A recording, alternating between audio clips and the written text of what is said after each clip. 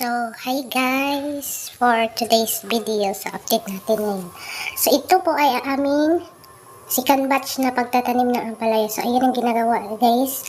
So, nagbutas kami ng lupa. Ganyan talaga ang aming pamamaraan. So, hindi naman namin sinasabing na gayahin yun. Basta, yan po ang aming idea. So, ayan guys, naglagay ng abono sa lupa. Una, di ba una yun? Saka pangalawa, i-mix lang yan sa lupa guys. Ayan guys.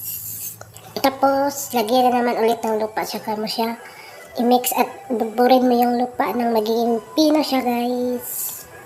Ayan. Kasi yan po ay, ang nilagay po namin abon is 14-14 guys. So, ayan. Ayan guys.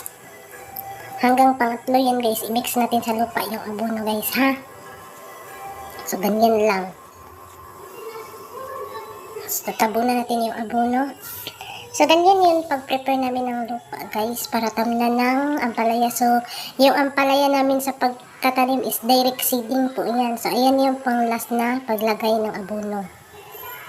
Tapos yan, i-mix lang yan. Tapos, lagyan ulit ng lupa.